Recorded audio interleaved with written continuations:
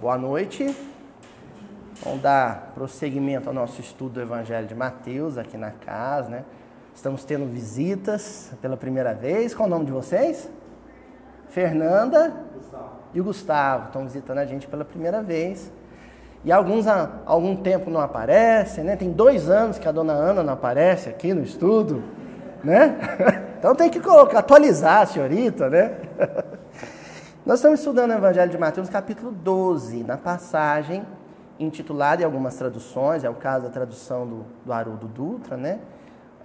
A cura do cego, mudo e endemoniado, né? Outras traduções colocam como título Jesus e o Beelzebul. Então, o título da passagem pouco importa, o que interessa é a ambientação. Do que trata essa passagem?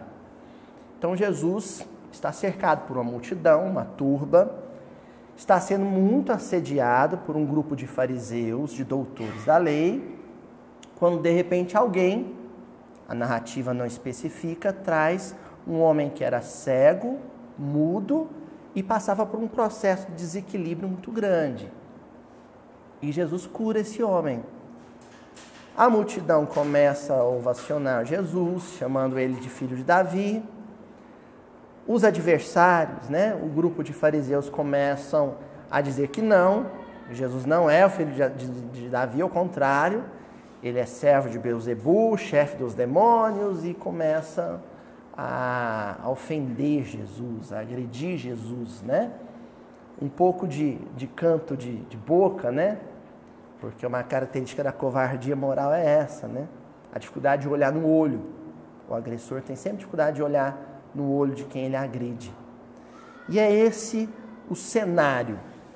Quando então Jesus resolve abrir a boca. E aí já tem 2 ou 3 semanas que nós estamos analisando especificamente a resposta, o feedback de Jesus para esse cenário que a passagem descreve. O que Jesus vai apresentar, que a gente tem estudado nas últimas semanas? Fundamentalmente, uma conceituação, primeiramente, uma conceituação do reino de Deus. E o que diferencia o reino de Deus do reino dos homens, né? Vamos recapitular isso, então? O que singulariza, o que especifica o reino de Deus? Eu, depois dessas semanas de estudo, que a gente realizou juntos sobre o termo, eu definiria da seguinte forma: paz de espírito. Paz de espírito. Reino de Deus é intimidade em condição de equilíbrio. É mundo íntimo, é psicologia centrada. É isso que é reino de Deus. Reino de Deus não é um lugar, reino de Deus não é um mundo regenerado, não é. O mundo regenerado é uma consequência, ou será uma consequência, de uma coletividade em condição de paz íntima. Mas esse processo não acontece coletivamente, ele acontece individualmente. Quando, então, os processos individuais de centramento psicológico, de equilíbrio psicológico, estiverem concluídos até o último homem, aí então o reino de Deus, que já residia no coração de muitos, haverá então se exteriorizado e se consolidado no mundo externo. Mas ele principiou na intimidade de corações, individualmente. Por isso que o reino de Deus, se diz, já iniciou para alguns homens há muito tempo. Quando Estevão, no seu interrogatório do Sinédrio, leva uma bofetada, esmurrado pela figura do rabino Saulo de Tarso, cai ao chão, levanta, com a boca sangrando, e não reage, o que esse homem tinha dentro do coração? O reino de Deus. Para ele já tinha chegado ali. Ele já estava do reino de Deus. Ou melhor, o reino de Deus já estava nele. Anos mais tarde, pouco tempo depois, cerca de 1 ano mais tarde, quando Saulo se encontra com Jesus na estrada de Damasco, às portas da cidade de Damasco, cai de joelho e consegue superar anos de equívoco moral e humildemente dizer: Senhor, o que queres que eu faça? Ali ele abriu as portas do coração para o reino de Deus. Ali o reino de Deus. Para Paulo. E assim por diante. Tem dias, há momentos em que eu tenho um vislumbre, sabe? Sinto o aroma do reino de Deus. Bem rapidinho, sabe? Sabe aquela degustação de supermercado? Você come uma torradinha com aquele patezinho, só para saber o sabor? Só para ter vontade daquilo? De adquirir aquilo? Nós temos alguns lampejos de reino de Deus em nossas vidas. Quando a gente é capaz de se sensibilizar com uma cena no jardim da nossa casa, né? Meu limoeiro está completando agora 1 ano de vida. Limão siciliano. Calma que virão algumas receitas com limão siciliano. Por enquanto não, né? E aí nós plantamos, eu e a Juju plantamos lá um limoeiro. Ganhei do meu sogrão, o pé de limão siciliano. Sabe o que aconteceu? Nós descobrimos essa semana que um passarinho está fazendo um ninho no meu limoeiro. É um limão kids ainda. E já tem um ninho de passarinho lá. A alegria que a gente ficou, o contentamento que a gente ficou de ter um ninho de passarinho no pé de limão no fundo do quintal, foi um pouco reino de Deus. É uma coisa simples, trivial. Reino de Deus. Né?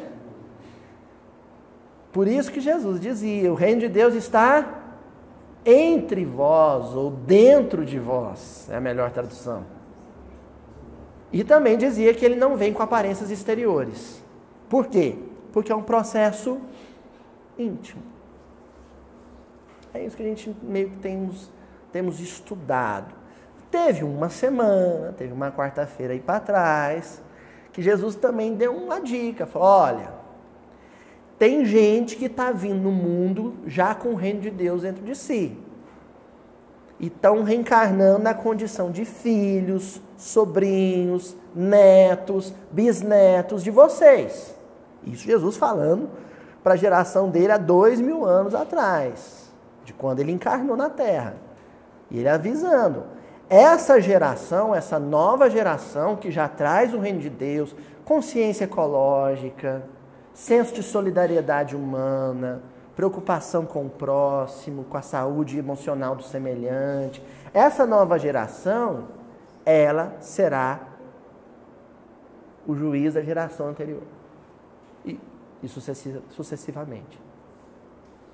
A moçadinha que está vindo aí com uma concepção nova, arejada, de mundo e de vida, vai julgar os feitos da nossa geração mais velha. O que é esse julgamento? Vai enfiar o dedo na nossa cara? Não. Simplesmente vai fazer a gente passar vergonha. Vai fazer a gente passar vergonha. É aquele menininho que você chega na hora do almoço correndo, bravo, e xingando o trânsito, senta para comer, na hora que você vai dar a primeira garfada que você olha, tá um menininho de 3 aninhos assim, papai do céu, agradeço pela nossa comida. Aí você põe o talher em cima da mesa, Laurene, e fala, ai que vergonha. É essa geração. É a geração que você abaixa o vidro do carro para xingar o fulano que te fechou, e o menino tira a chupeta da boca para falar, papai do céu tá vendo, papai. É essa geração. Vossos filhos serão vossos juízes. O Cristo está dizendo isso. Ok? Na semana anterior, nós começamos a estudar o versículo 29, em que Jesus dá uma dica. Olha, tem um processo que dificulta, que adia, que retarda o estabelecimento do reino de Deus no coração de cada um. Que processo é esse? Aí, para descrever esse processo de queda moral, de queda espiritual, de ruína espiritual, ele constrói uma narrativa, um pequeno machalo, uma pequena parábola da casa de um homem forte que é invadida por um assaltante. Esse assaltante algema, aprisiona o dono da casa e limpa a casa do mau sentido. Leva tudo que está dentro da casa, saqueia a casa. Vamos lembrar do versículo? A gente começou a estudar semana passada.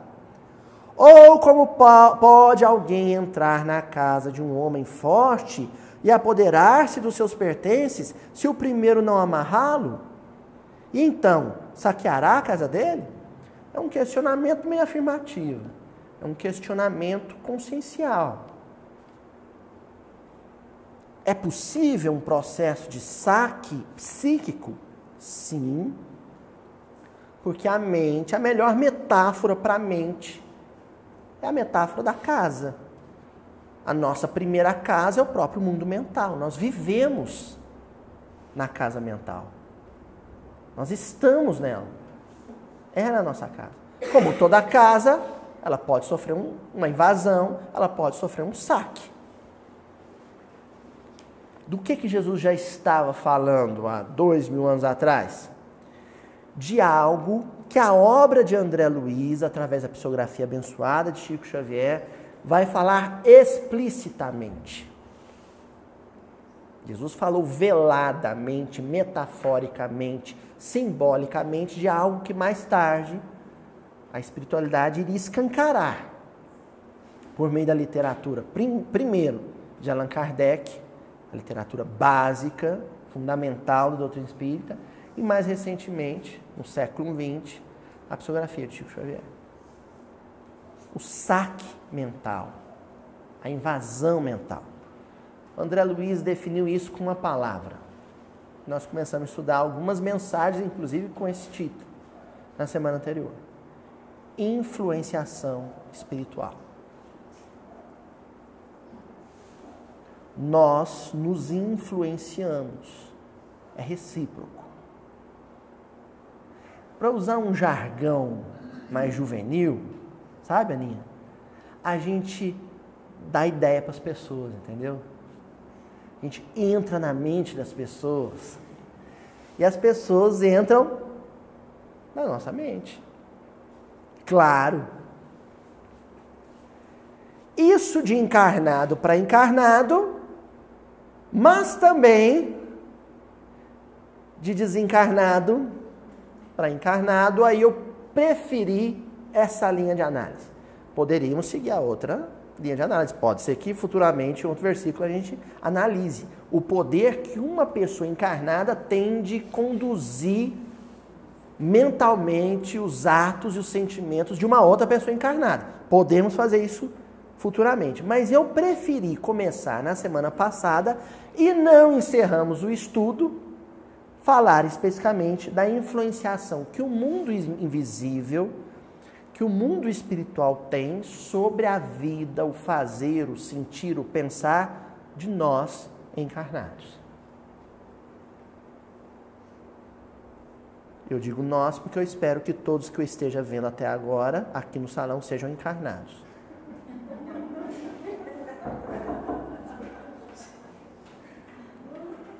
Sou espírita, mas não estou nem um pouco afim de ver espírito por enquanto. Tá? Minha relação com o mundo espiritual é literária, por enquanto. E mental. Visual, por enquanto. Mas eu sei que o mental não tem como fugir. Tem? Aí corremos a pergunta, né, 654, não foi essa que a gente andou na semana passada? Os espíritos influenciam na nossa vida, na vida dos encarnados? E a resposta foi: muito mais que imagineis, de ordinário, normalmente, são eles, os espíritos, ou nós, os espíritos, para quem dá a resposta, né, que vos dirigem. Por quê?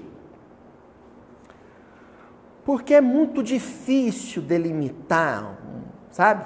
É muito difícil especificar o que na minha atividade mental é criação própria e o que é criação ou sugestão de outras entidades invisíveis. É muito difícil. É lógico que é meio a meio. Nós não estamos falando que nós somos marionetes, sabe, fantoche, na mão dos espíritos. Não é isso. É muito difícil. E porque grande parte dos encarnados não tem consciência desse processo, aí sim vira marionete, aí vira fantoche. O bom de estudar a doutrina espírita é ter essa consciência de que esse processo acontece e promover um diálogo com as sombras. Promover um diálogo com o mundo espiritual. Ou seja, ter uma consciência de que o mundo desencarnado, o mundo espiritual existe e influencia, nos permite ter uma postura crítica perante todos os pensamentos que nos ocorrem. Espera aí, essa ideia veio, eu não sei se é minha ou se é de vocês, mas vamos passá-la pelo crivo do bom senso, da razão, do bom senso evangélico, cristão. O que Jesus diria sobre essa ideia que me ocorreu?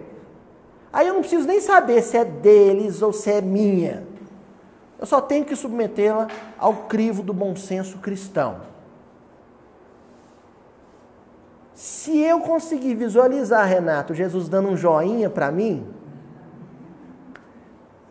já não importa se é de um desencarnado ou se é minha.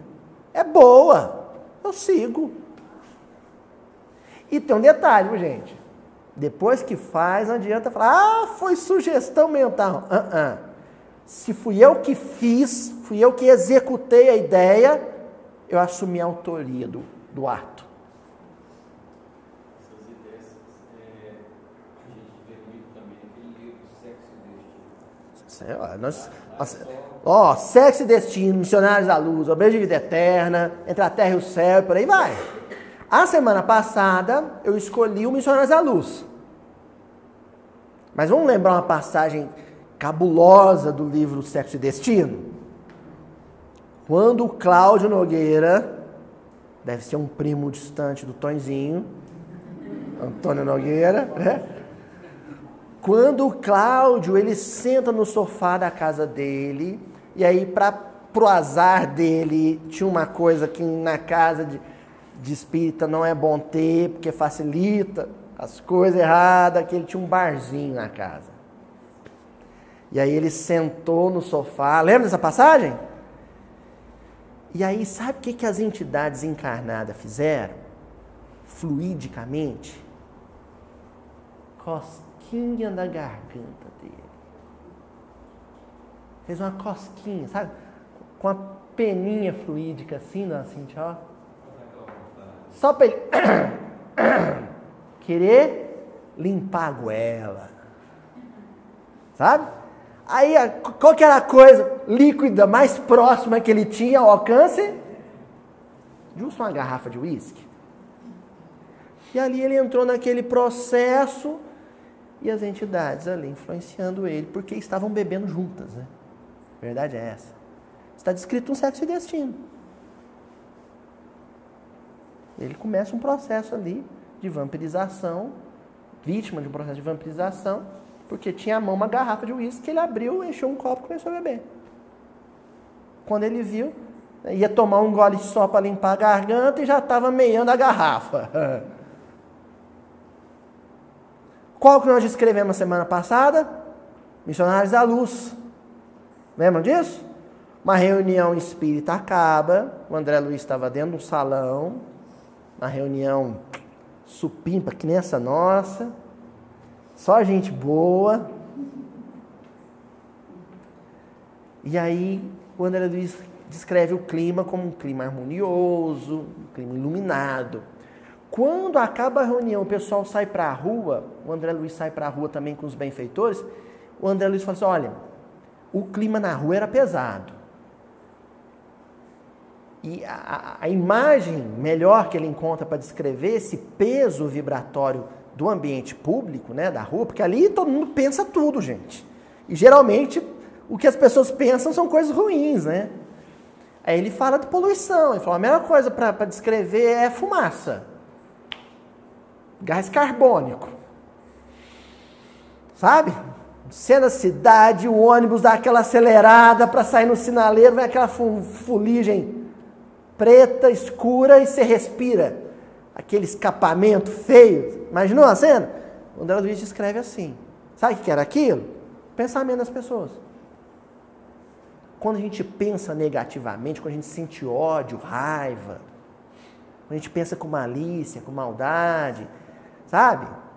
Do ouvido, do nariz, sai fumaça de óleo diesel, Tonzinho. Fluídico.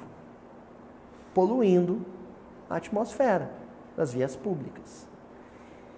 E o André Luiz com o Alexandre também, eles vislumbram um grupo de espíritos mal intencionados, desorientados, que haviam acompanhado aquela equipe de trabalhadores até a porta da casa, até a porta do centro.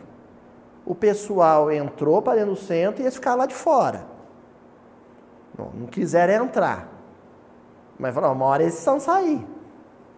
Quando o pessoal saiu da reunião, eles colaram, né? Aí nós terminamos a narrativa aqui, no momento em que sai uma senhora, a filha e o neto.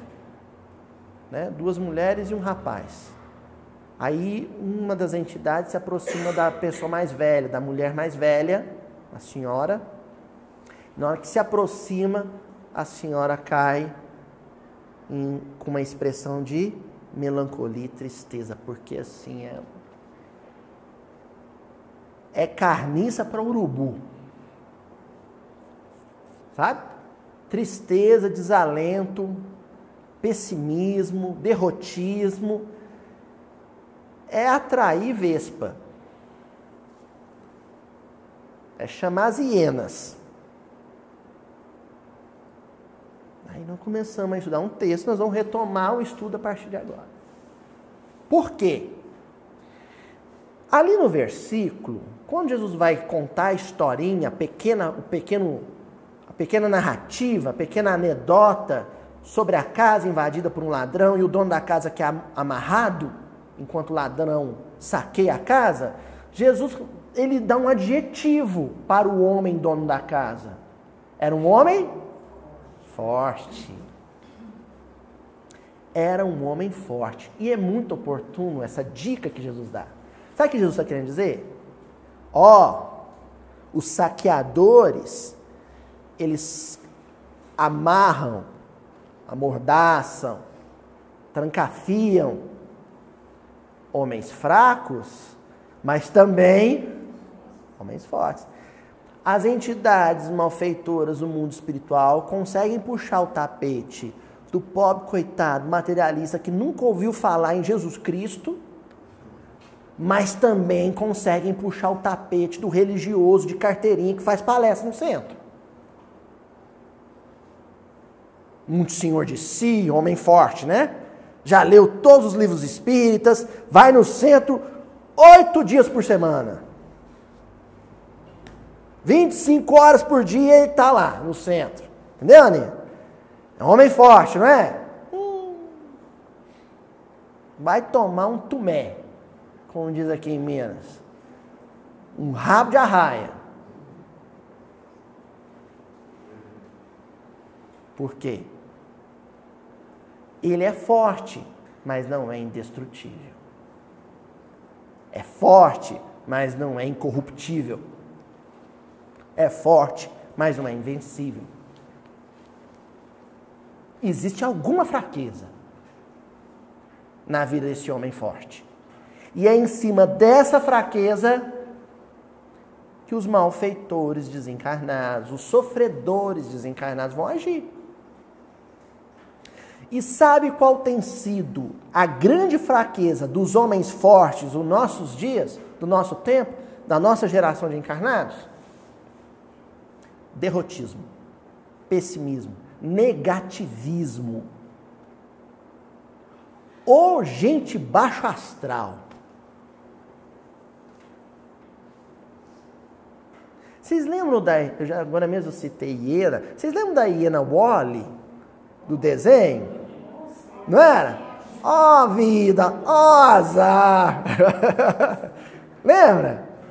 A gente. Ó dia, tem que ir pro serviço. Lá todo mundo é chato, o patrão pega no meu pé. Aí acaba o dia de serviço, ó dia, tem que ir pra casa. Meu marido é enjoado, minha mulher pega no meu pé. Reclama de tudo. Somos lamuriadores profissionais. Reclama, lastima, queixa, fala mal dos outros, fala mal de si mesmo. Ninguém presta, ninguém está certo. Aí, nós vamos lá no livro Estude Viva, no capítulo 70, Influenciações espirituais sutis, um texto do André Luiz.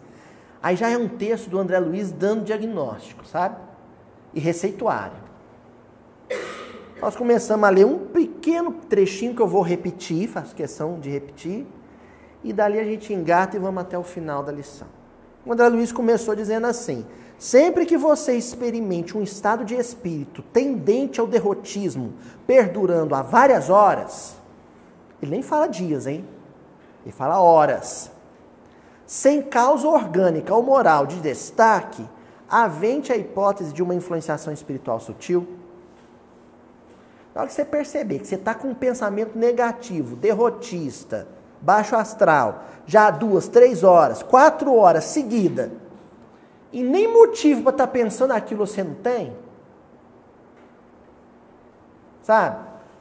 Uberaba, setembro de 2019, umidade relativa do ar abaixo de 20%, sujeito sai de casa com o carro, pega o centro da cidade e fala: nossa, se chover, der uma enchente, eu vou rodar com esse carro. Não tem uma nuvem no céu, céu limpinho, seco que dói. E o sujeito entra numa e fala: nossa, mas se chover agora, gente, o que eu faço? Nossa Senhora.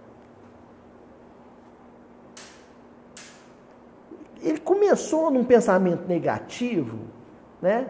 Fruto da ansiedade. O Emmanuel dá a melhor definição de ansiedade que eu já vi. O Emmanuel diz assim: ansiedade é a nossa imaginação que adoeceu. Você começa, e se, começa a imaginar coisas que não aconteceram, que para você, naquele momento, mentalmente, passam a acontecer. E você passa a sofrer com elas. E entra numa vibe negativa, sabe?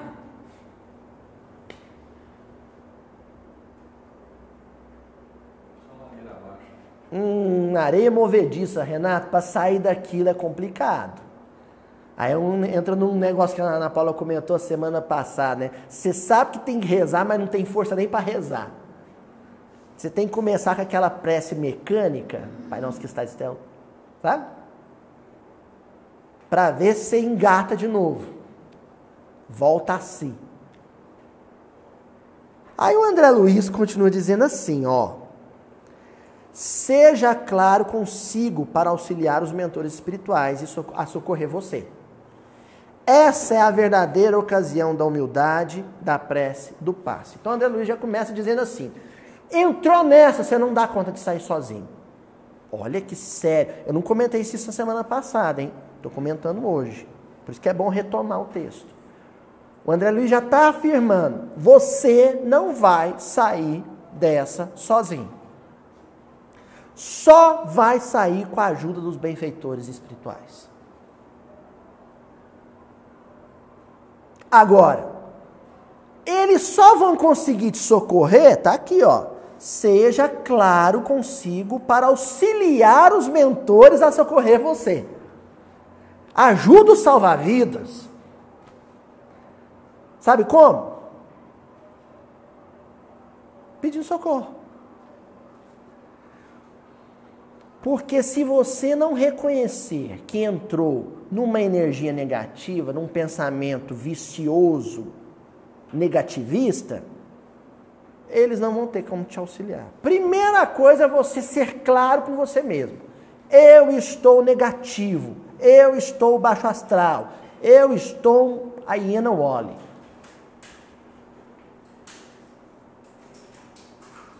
Primeira coisa que você vai fazer é isso. Não estou legal.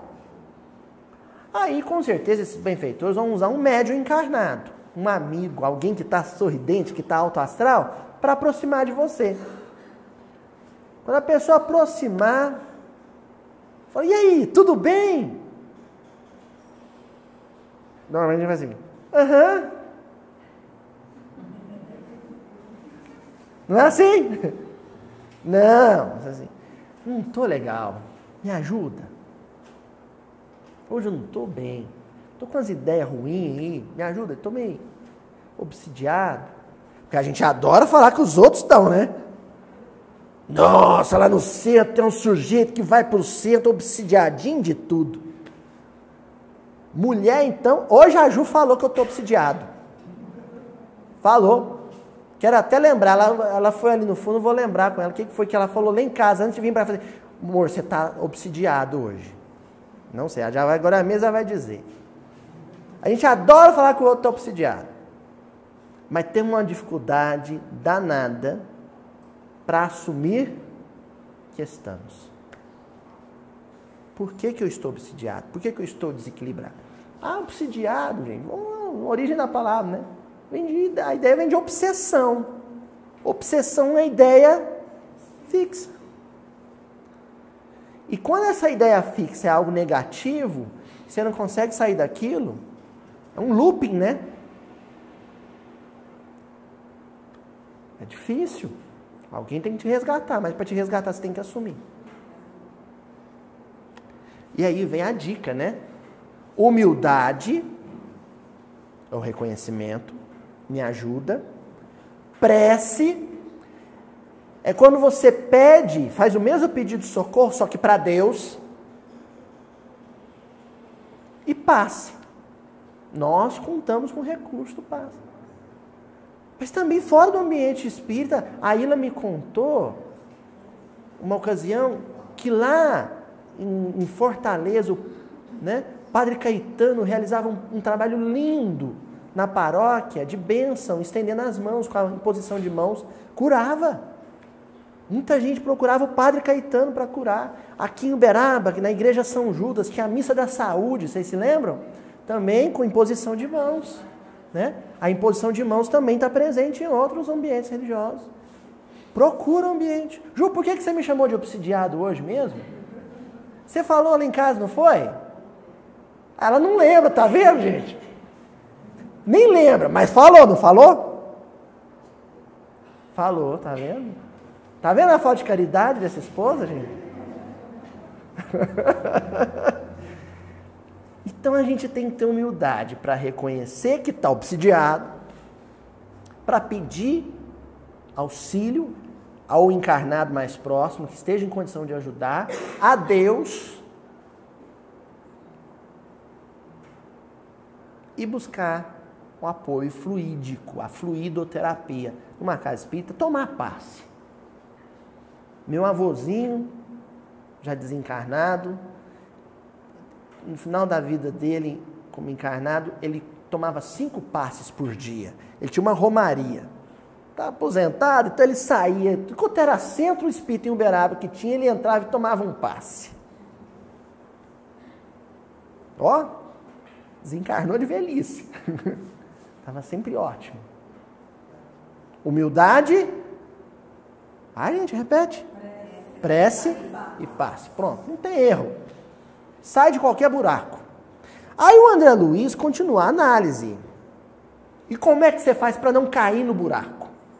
Ó, dentre os fatores que mais revelam essa condição da alma, incluem-se, ó a lista, sintomas: dificuldade de concentrar ideias em motivos otimistas, A ideia otimista até vem, mas logo vai.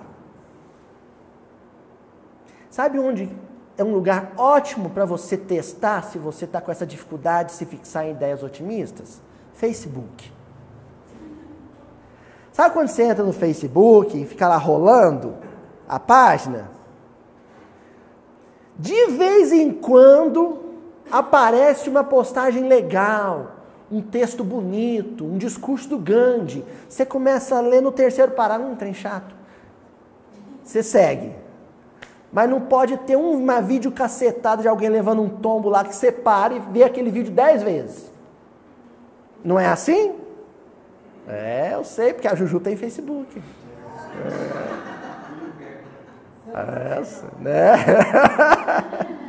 Eu sei disso. Então a gente tem dificuldade de se prender no canal. Tem um programa muito legal que passa na Rede Globo sábado de manhã.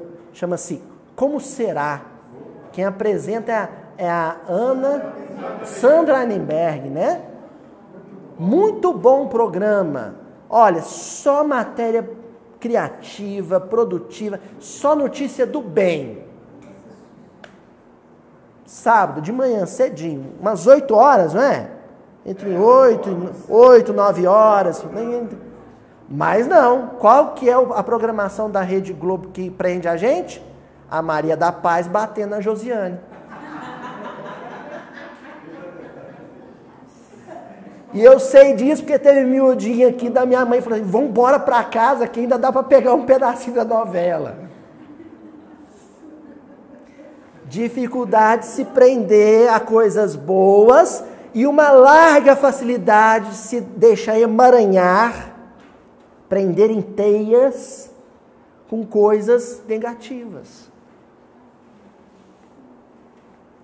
Segundo sintoma, a ausência de ambiente íntimo para elevar os sentimentos em oração ou concentrar-se em leitura edificante. Bom, ler já é um negócio que o brasileiro não gosta muito. A leitura em geral já não é um negócio. O brasileiro não lê nem a bula do remédio que ele vai tomar. Nem o rótulo do produto que ele vai comprar no supermercado, ele não lê. Que dirá ler um livro. Que dirá ler um livro do bem. Ah, mas ainda bem que os espíritas leem. Mas leem.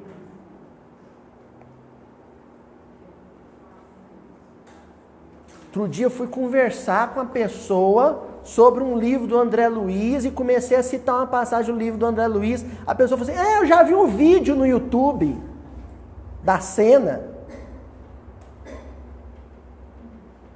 Mas não leu o livro. Sei de muita gente que assistiu o filme Nosso Lar, mas não leu o primeiro capítulo do livro. Mas assistiu o filme.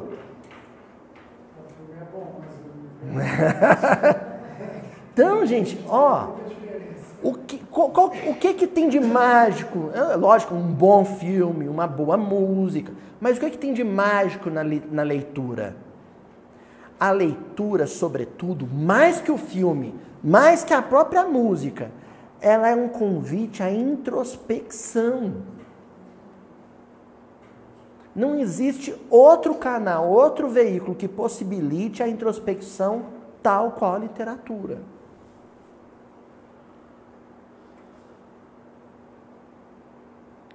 E você lê e relê aquilo lá, não, sabe? A literatura, ela tem esse aspecto mágico, santo. Daí o trabalho de Chico Xavier ser todo concentrado na psicografia literária. Toda a obra de Allan Kardec gravitou em torno do livro. Então, a comunidade espírita, sobretudo, tem um tesouro nas mãos que é o livro espírita. Não estou me sentindo bem. Estou com umas ideias negativas. Vai no armário, vai na estante, pega um livro espírita e vai ler.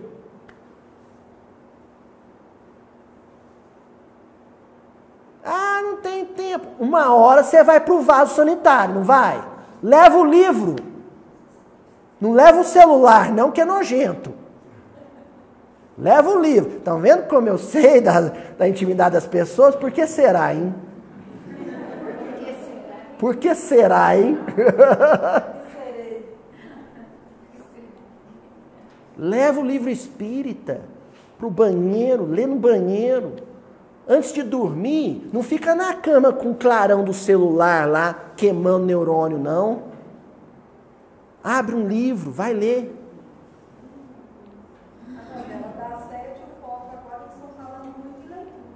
É, que legal! Ó, novela das 7, bom sucesso?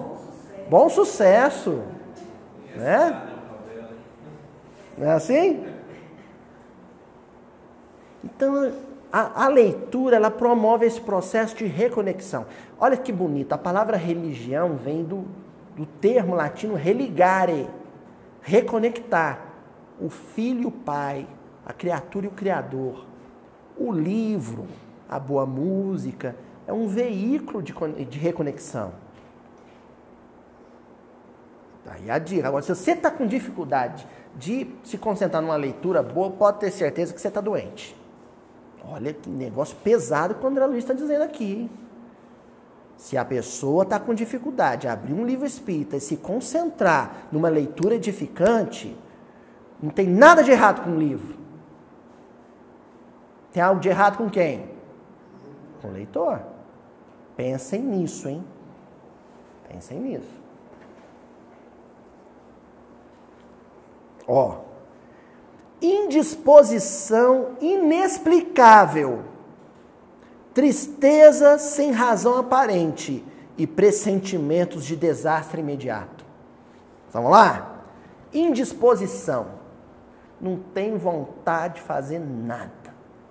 Nem comida. Nem miojo. Sabe? Às vezes a pessoa perde peso ou fica comendo só porcaria porque não tem vontade de fazer comida. Tem processos de melancolia profunda, já beirando o quadro patológico, depressivo, que a pessoa não tem vontade nem de tomar banho, nem do cuidado pessoal. É ou não é? Nem do cuidado pessoal. Se você começa a não ter vontade nem de cuidar de si mesmo, de se alimentar com decência, de cuidar do próprio corpo, isso é um sintoma evidente que você não está bem.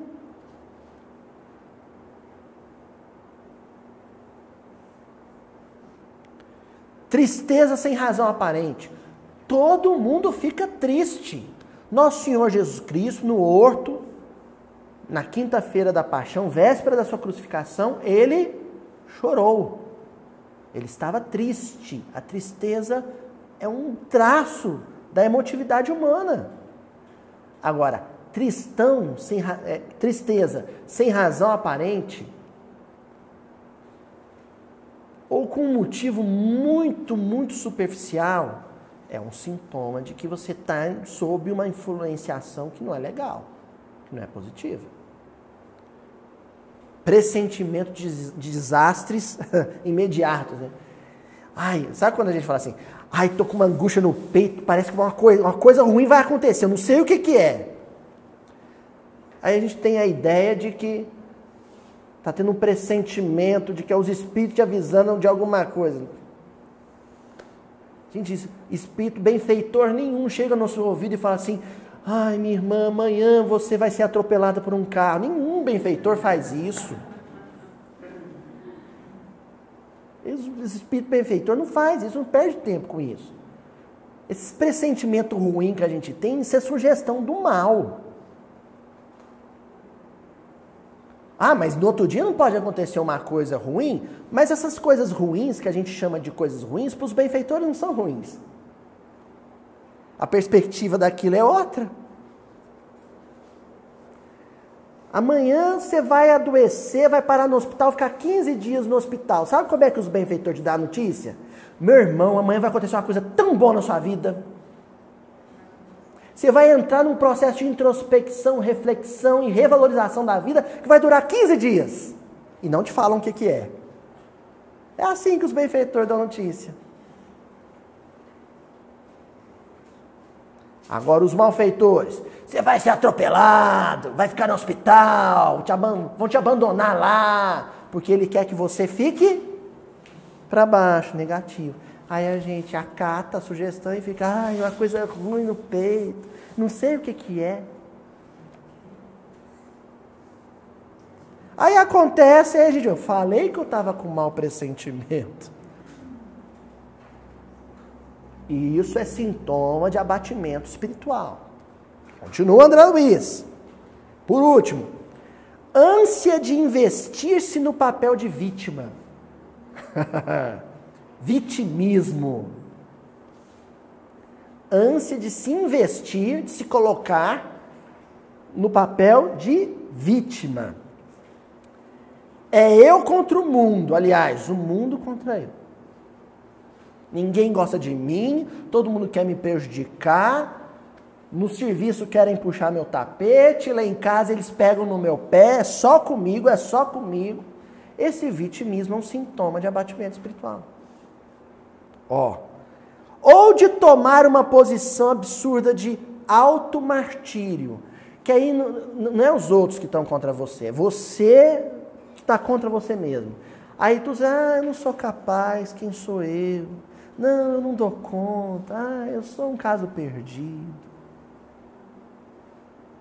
O sujeito está com esse discurso, está doente, está enfermo, está sangrando, e os sanguessuga desencarnados estão se nutrindo da vitalidade dele. Lembra da mulher hemorroísa? O primeiro estudo que nós realizamos gravado aqui para o canal. A mulher estava esgotando, né? Há 12 anos ela sangrava. Há 12 anos, um clima de pessimismo e derrotismo fazia com que ela perdesse vitalidade, vontade de viver. Bom, nós analisamos essa mensagem do André Luiz, por quê? Porque eu queria avançar para um outro tópico, complicadíssimo.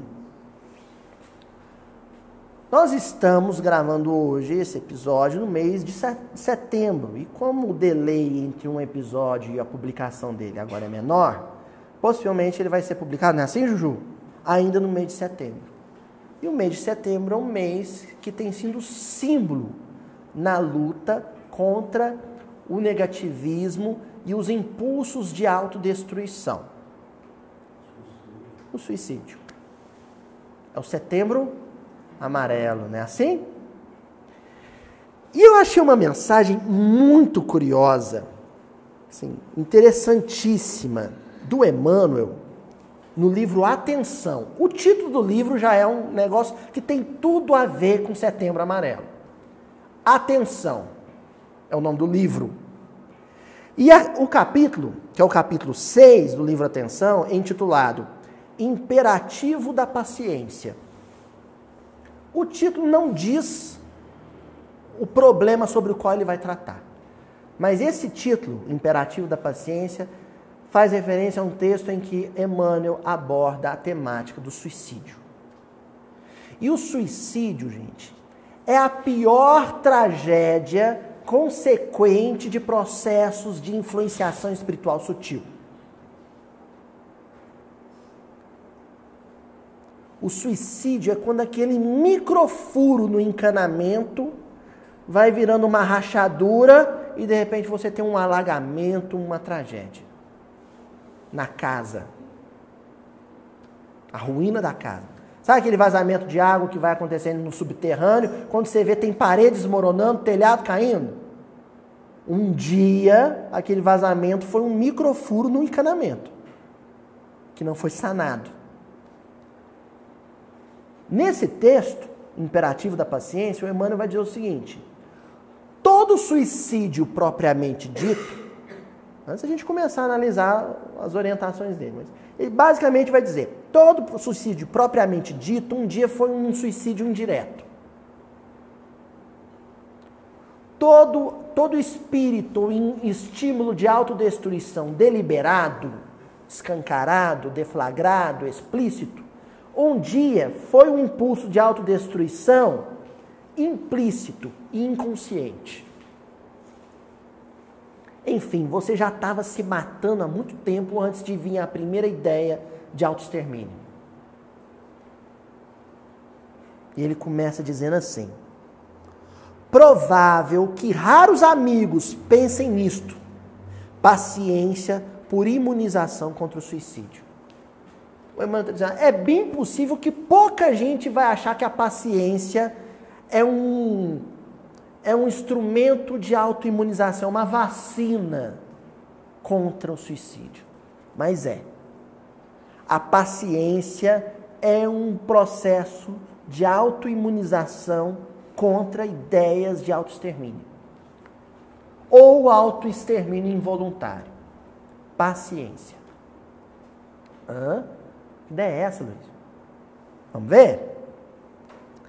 Nas áreas da atividade humana, muitas vezes, surgem para a criatura determinados topos de provação, para cuja travessia nem sempre bastará o conhecimento superior. O Emmanuel está dizendo o seguinte: todo mundo vai ter um momento na vida de pico de sofrimento. Então, mas, sabe a escala Richter? De terremoto? Vai ter um dia que vai marcar lá uns picos, assim, de tremor, de sofrimento. Todo mundo tem um momento na vida em que fala assim, nossa senhora, a casa vai desmoronar. Não vai ficar nada de pé. Tem ou não tem? Todo mundo, inevitavelmente. E aí o Emmanuel está dando uma má notícia. O Emmanuel uma má notícia. Quando você estiver vivendo isso que ele chamou de topo de provação, ou pico de sofrimento, tudo que você sabe não vai adiantar. Vou repetir, tá aqui, ó. Surgem para a criatura determinados topos de provações, para cuja travessia, período, nem sempre bastará o conhecimento superior. Ele entra no processo, o conhecimento superior, o que você sabe de espiritualidade, entra no processo, mas ele em si não é suficiente. Não entenderam o que ele está dizendo? De forma sutil? Então vou mandar na lata agora. Espírita pode se matar também.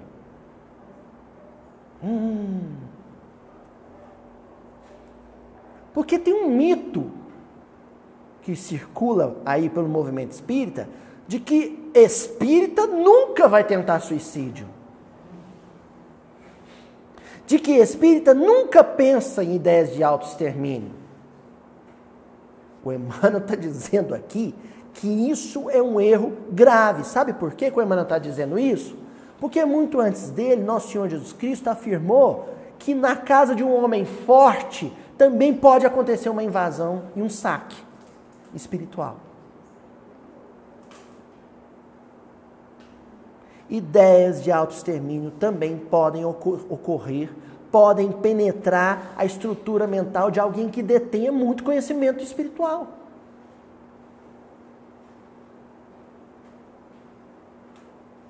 E aí é que a gente vê a grandeza de religiosos como o padre Fábio de Mello, não é assim?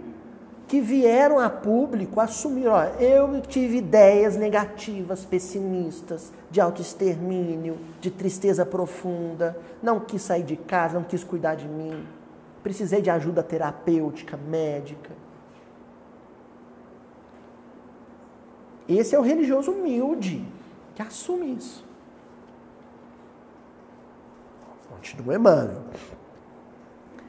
É necessário que a alma se apoie no bastão invisível da paciência, a fim de não resvalar em sofrimentos maiores. Sabe o que o Emmanuel está dizendo? Ele está falando assim: o melhor lugar que você pode estar e estará quando a sua vida descer ladeira abaixo, Cris, é o fundo do poço.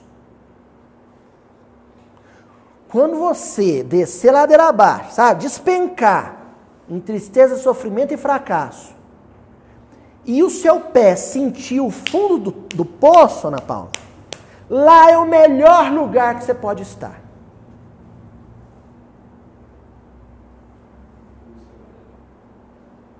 É o único lugar onde você vai ter base de apoio para tomar impulso. Depois que você chegar lá, só pode acontecer uma coisa na sua vida: ascensão. Cheguei no fundo do poço. Dali em diante, só coisa boa pode acontecer na sua vida. Porque dali, o único movimento que vai acontecer em seguida é o movimento vertical, ascensional, subida. Mas até lá, enquanto você estiver em queda livre, quando você estiver afundando, o que vai te manter vivo? Aguardando o fundo do poço. O Emmanuel disse aqui. O quê? Paciência. Que coisa louca isso que o Emmanuel está dizendo, né?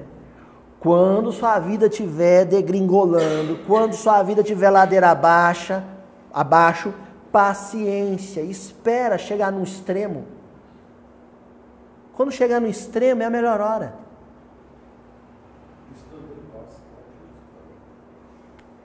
Aí chegou no extremo, chegou a melhor hora. Porque dali em diante... Gente, é a metáfora do vale. De um lado da serra, é ladeira abaixo. Certo? Isso é topografia básica. Quem estuda geografia estuda isso. Está descendo a serra, cheguei no fundo do vale. E agora? Subida. É só esperar esse momento. O ponto de guinada, o ponto de virada. Só que tem um porém, Tonzinho. A maneira como a gente encara esse ponto de guinada. O materialista que estiver esperando isso, o ponto de guinada como o momento em que as coisas vão melhorar, e para ele coisas melhorar quando eu começar a ganhar dinheiro de novo, quando eu me curar da doença incurável, sabe? Vai se frustrar, porque pode ser que isso nunca aconteça. O ponto de virada é quando o seu olhar sobre a vida se modifica, vira uma chavinha aqui, ó. Quando você pega o óculos e troca de lente. Esse é o ponto de virada. Sabe por quê que eu penso nisso? Pelo seguinte. Lembra da parábola do filho pródigo? Quando ele foi parar num chiqueiro e para não morrer de fome teve que comer a lavagem do porco, depois dali, o Evangelho usa o termo "e caindo em si", não é o termo que aparece lá na passagem? E caindo em si. Quando ele caiu em si, que ele estava comendo lavagem de porco, ele falou: vou voltar para a casa do meu pai, porque qualquer resto de comida que sobrar da mesa do meu pai é melhor do que a lavagem do porco que eu estou comendo. Mudou a visão dele. Qualquer pão com manteiga que entregasse para ele era um banquete.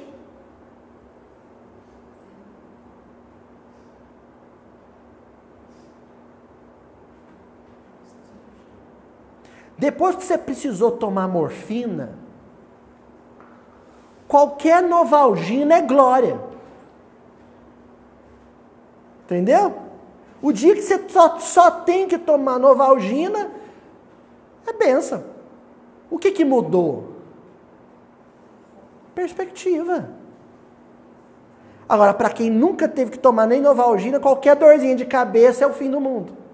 Mudou a perspectiva. Paciência. Está passando por uma tempestade, está atravessando um nevoeiro, está no meio de um terremoto. Paciência, espera a coisa chegar num ponto em que a partir dali, tudo vai mudar na sua visão. E você vai passar a olhar qualquer ganho, qualquer migalha,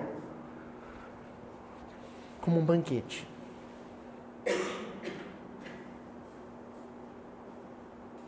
Aí você não fica mais, a partir daquele ponto, Euridice, você não fica mais esperando a vida sorrir para você. É o ponto em que você passa a sorrir para a vida. Pronto. A melhor e única e verdadeira felicidade é aquela que independe do outro, que independe das circunstâncias, que independe das pessoas. Nós estudamos isso nas semanas anteriores. Qual que é o nome disso? Hein? Quando você está num estado de graça e paz de espírito, que não importa onde você esteja e com quem esteja. Reino de Deus. Continua Emmanuel. Eis porque nos permitimos endereçar reiterados apelos aos irmãos domiciliados no plano físico, a fim de que se dediquem ao cultivo da compreensão. Essa paciência de esperar o ponto de melhora, de esperar o momento em que eu vou me alegrar novamente, independente como as circunstâncias estarão, isso vem de um processo de compreensão, de estudo íntimo. Então, se na leitura do André Luiz a gente enfatizou a importância do livro espírita, do ler o livro espírita, do parar, dar uma pausa na vida para ler um livro espírita, aqui agora com essa leitura do Emmanuel nós vamos enfatizar a importância de se fechar o livro espírita e em seguida põe na cabeceira da cama, põe em cima da mesa e vai... Não se sintam ofendidos com o que eu vou dizer não. Ruminar. Hã? Sabe? Mastiga, mastiga, engole. Não digeriu? Volta para a boca, mastiga, mastiga, engole. Leitura sem compreensão, sem autorreflexão, sem introspecção, aí ela não tem os seus frutos. Ela é estéril. O negócio é ler o livro espírita, Renato, depois fala assim, como isso se aplica ao meu comportamento, à minha visão de mundo, à maneira como eu tenho vivido.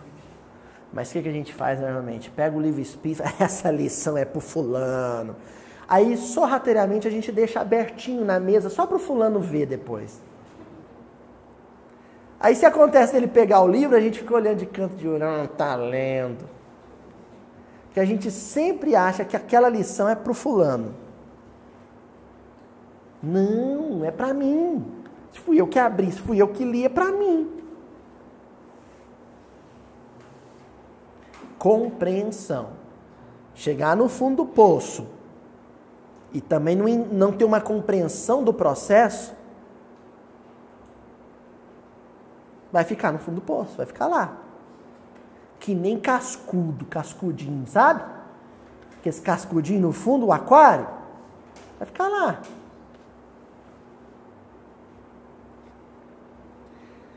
Sob acusações que reconhece merecidas, ouvida o mal e não alimentes o fogo da discórdia. Aí o Emmanuel começa a dizer, por exemplo, imagina que o fundo do poço é quando todo mundo está falando mal de você e falando coisa que é mentira. E aquilo foi te deprimido, você chegou no fundo do poço de tristeza. Nossa, mas eu não aguento mais os outros falar em verdade sobre mim. Eu não aguento mais os outros falar mentira sobre mim. Você só vai tomar impulso e sair do fundo do poço na hora que aquilo não te afetar mais. Quando você tiver uma compreensão do processo, não tem como eu calar a boca das pessoas. Não tem como eu mudar a boca das pessoas. Tem como eu mudar o meu ouvido. Eu não consigo transformar os outros, só consigo transformar a mim mesmo. E aí vai um ditado famosíssimo. Os cães ladram e a caravana passa. Deixa os cachorrinhos. Sabe o moço da entrega, da moto, passa na rua e tem aquele vira-lata indecente que sai correndo atrás da moto? Ele não tá nem aí pro cachorro. Ele está no serviço dele, vai embora. Se ele se desesperar com o cachorro, o que vai acontecer? Ele vai perder? E se ele perder o equilíbrio, o que acontece? Ele cai. Ele tem que ignorar o cachorro latindo para ele. Deixa falar, deixa. Continua, mano. Se o desânimo te ameaça por esse ou aquele motivo, recorda a importância do teu concurso fraterno em apoio de alguém e não te des ao luxo de paradas improdutivas. Quando a gente se sentir cansado, esgotado, a gente parar e pensar, mas se eu jogar a toalha, se eu desistir agora, o que vai ser do meu filho? O que vai ser da minha filha? Tem gente que precisa de mim.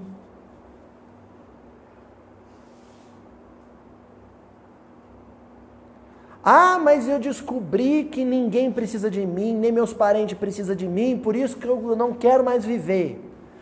Se você resolver, decidir viver, vai ter pessoas que não querem viver, que vão precisar da sua história de superação. Já tinha pensado nisso? Até hoje ninguém precisou de mim. Estou na beira da ponte, vou pular. Mas se agora, nesse exato momento, você tomar uma decisão, assumir o controle da sua vida, nunca controlei nada, sempre foi um descontrole na minha vida, nunca controlei nada. Opa, isso você consegue controlar. Aí, tá uma coisa que você tem a rédea da situação, decidir viver. E no momento que você decidir isso, você vai ter uma bela história para contar. E essa história que você tem para contar vai auxiliar outras pessoas que estão querendo parar de viver. Pronto, achou um sentido para a sua vida. Vai lá, monta um canal no YouTube. Vai falar de esperança, vai falar de alegria.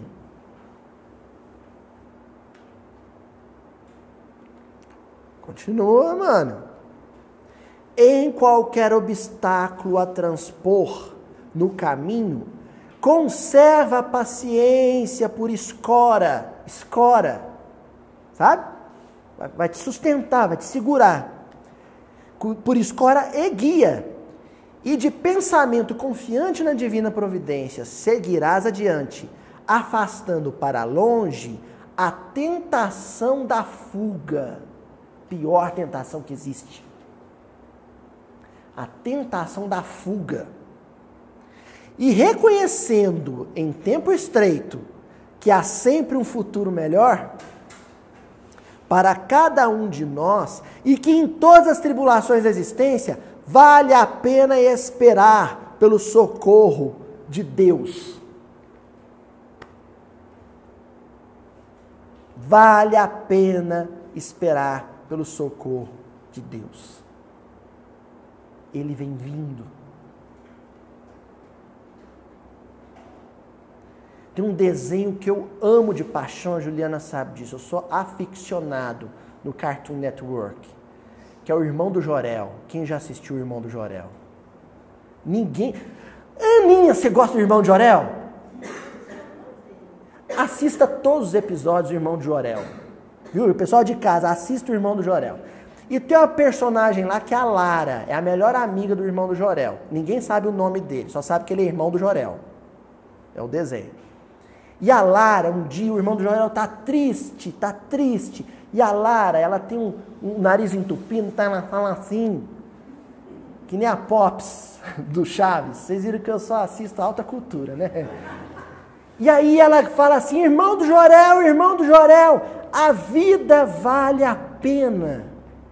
Aí ela repete, a vida vale a pena.